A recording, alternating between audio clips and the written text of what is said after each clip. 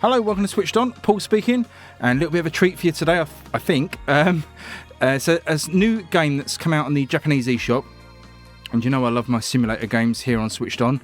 Bought all different ones to you, from forklift simulators to truck driving simulators to football simulators and all sorts of different things. It really is a little bit of a niche here on the channel. So this is the latest that I've found. I actually got to give credit to a chap called Psychborg in a Discord. Quick plug for the Discord if you want to come and join in. Links are in the description. But he pointed out that he'd ordered this one from PlayAsia, and I'd never heard of it before, but apparently it's a really popular arcade game in Japan. So I had a look, and yeah, I've dived in. It's quite a popular game on the 3DS apparently. Again, never heard of it, but it was out on the 3DS in different incarnations, but now it's on the Switch for the first time. So it's Japanese rail sim, Journey to Kyoto, and it was 7,600 odd yen in Japan. I'm not going to embarrass myself by converting that into pounds because it's a horrible amount of money. Regardless, I thought I'd grab it anyway. I love sim games. I love bringing them to you here on the channel, these little quirky ones, so I thought you'd enjoy this. The Japanese eShop listing is all in Japanese, and I've sort of held my breath as I booted the game, but thankfully it defaulted into English, so this game has got full English language support, which is excellent. And it is just basically what it says. It's a journey to Kyoto using these electric trains in Japan. So we're going to get straight into it, just show you some of the gameplay. There's 3 different modes here. The section mode, where you basically go from station to station, trying to get the most accurate time and sort of stopping distance at the station. You'll see that in a second anyway. And you get graded for each from S to C. And yeah, it's basically trying to get the best score you can on each section. Once you complete that, you open up full line mode, which lets you drive the whole track from beginning to end. And I think it's in one continuous loop. So you get to drive the whole experience. And then there's a free mode where you can play either of the 2 tracks without any penalties or times. Just enjoy the scenery, as it says in the description. So we're going to section mode, it's the only bit unlocked, and we get these 5 different routes. And there's only Kurama. You have to excuse my pronunciations in this, because there's some quite odd Japanese names. Odd to me anyway, it's not odd to them of course. So Kurama line, going down the way, then we do Kurama line up, Kurama line down in the evening, and then we've got the Eisen line up and down. But you have to unlock all of those once you complete the first one. So we're working through the Kurama line.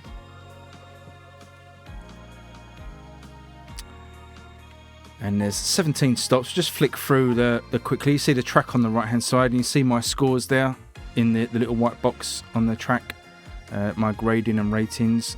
And then on the left hand side is all the information about these places in Japan. I believe this is quite a famous train route in Japan, as you travel up to Kurama.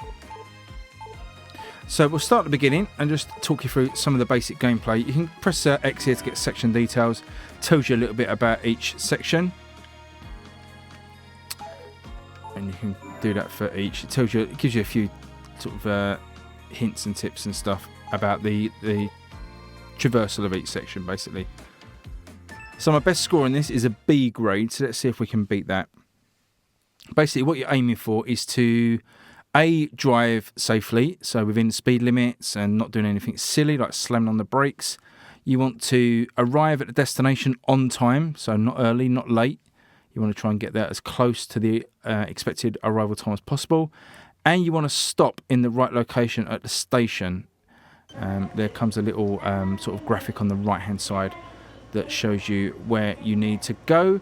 One of the most unique things about this game, and what really drew me to it once I learnt of it, is the graphics. It uses this real video footage, and it really is quite unique. I've not played anything like this at all. It's obviously been filmed from a real train and then put into the game here, and obviously how fast you go dictates how fast the video plays, but it's a very clever technique. So departure time is here, brakes off, and we've already got a penalty point there because we didn't start driving as soon as possible, but we're away now. So I believe there's a 20 mile an hour speed limit, So we're already braking that, so we need to brake. Oh dear, this isn't going very well, is it? There we go. Let's try and concentrate on what we're doing. So basically you've got controls over the throttle with the D-pad. I've mapped this to up and down for faster and slower, and the brake on X and B to go more brake and less brake. You can start to speed up now because we're getting to a 50-mile-an-hour zone. And we can slowly increase the throttle. I don't think it's called a throttle, is it? But beep beep. One of our buddies there going past. Now there is gradients, as you'll see on the left hand side, so we need to speed up a little bit when there's a gradient, because obviously we'll slow down because we're going uphill. Similarly, when you go on a gradient downhill, you need to apply the brakes and be very careful because you speed up very quickly. Distance left, top right hand corner to the station. So we're approaching the station and the time we need to be there at the top. So we're going up a gradient, so we're going to slow down. Now one of the nice things in this game is you can turn off all of the HUD here and just look at the view, which is really cool.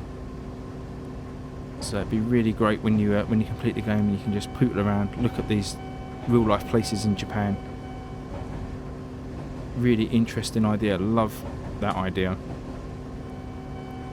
So 200 meters left to the station. You see now we've got a graphic on the right hand side of us approaching the station, our speed, distance left. So we've paired right back on the throttle, slowing down in anticipation for arriving at the station. You don't want to be too slow, but also you don't want to go flying in there super hot and cause some problems. It made it like the video is sort of jerky and slowing down. It's just a side effect really of the way the video has been done. It obviously has to match the speed that you're putting in for the train. So we're going to pair right back on the throttle. We're going to start applying the brakes. We've probably gotten too early with the brakes out. We're going to be left too short. And you'll see on the right hand side a little graphic of where we need to stop. There it is. So we need to stop within that blue area. Not too bad in the green area. We're about 8 seconds early. Guess it's a B grade. I think we was a B. Was we a B grade or C grade? I think it was a B. So it shows you that we arrived, or we overshot by 81 centimetres, and we were 8 seconds early, which isn't too bad. We've got a B grade for that. And obviously, as I say, the closer you get to that stopping point and closer you get to your estimated arrival time, the better grade you'll get. And that is basically it. So we've gone to the next stop. We'll do the next one. This one will start in 2 seconds. So the doors are closed, and away we go. That's just a shame that those graphics are a little bit jerky when you're going slow, but as I say, it's fully understandable technically. So we've got 50-mile-an-hour speed limit coming out of here, and we're on a gradient, so we need to be careful. Curved, you obviously have to be careful as well, can't go too fast round the bend. Open up the throttle a bit here. Give a bit of a beep to our buddy. So we need to arrive at 10:49:35 seconds. So we've got about a minute. We're making good time, so we're going to slow down a little bit. Yeah, we're actually approaching the station already, so we went in there a bit hot. It's really tricky to concentrate talking to you guys and concentrate on what's happening here. We need to slow right down because we are coming in here super hot and really early. So we're just feathering the brakes on and off, just trying to slow us down. 50 meters to go, 30 seconds to go. I think we're slowing down a bit too much. I'm going to put a little bit of speed back in. Oh, we're just going to be a little bit too early on the time, but I think we're going to be okay for stopping. Oh, this could be good. Look at the time, current time and the stopping distance. We're going to get the brakes on.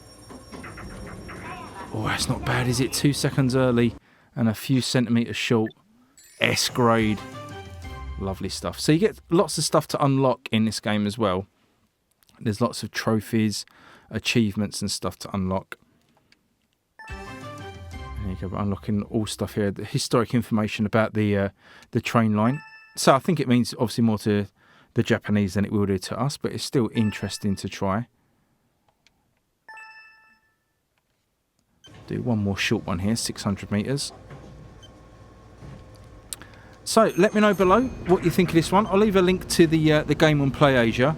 I don't think it's going to be one that people will rush out and get, but if you're into trains or simulators in general, this is a really quirky little game. And I've been a little bit addicted to it, really. I've not been able to put it down all day. Sort of trying to get those better grades on the each station is really quite addicting. So, and I've been enjoying watching this sort of view here. It's like watching a real live camera feed. Very, very cool effect. So we need to get there by 10:51. Got 370 meters left. We're just going to slow down a little bit. What this has done has got me banging to train simulators, and I've been looking around and I've seen Train Simulator 2020 on the PS4, so I'll probably be picking that up next and become a total train nerd. And trains aren't something I'm normally into, but I do love a simulator game. You know, I'm not into driving trucks or, you know, forklifts, but the games interest me. So we're coming to the station, 150 metres left to the station. You can see that coming up on the left hand side as we move in. We're going 30 kilometres an hour. We probably want to get the brakes on a bit. We're going to be 45 seconds early. Plenty of people at the station waiting for this train.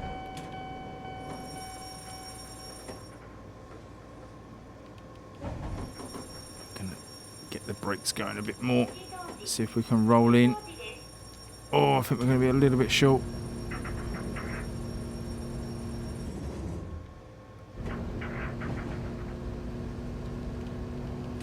We've completely overshot it. Well, that's going to be a C grade. That's the lowest grade you can get, because we completely pressed the wrong button and overshot the station. But there you go. That is Japanese Train Simulator 3D Journey to Kyoto. Let me know below what you think. I'd be quite happy to do more gameplay videos on this if you're interested in seeing more on it. If you've got any questions about it at all, leave me a little comment below and I'll look into it for you. As I say, I'll also leave a link to PlayAsia down now, so you can buy the physical version, import it if you want to, sorry, or you can do what I do, buy the Japanese credit, jump onto the Japanese eShop and download it today. It came out on, well, it comes out on the 28th, so technically came out today, but was available in Japan yesterday, obviously because they're 8 or 9 hours in front. So I think we'll end it there. Thanks very much for watching. Please like and subscribe, and I'll catch you on the next video. Thanks everyone. Bye bye.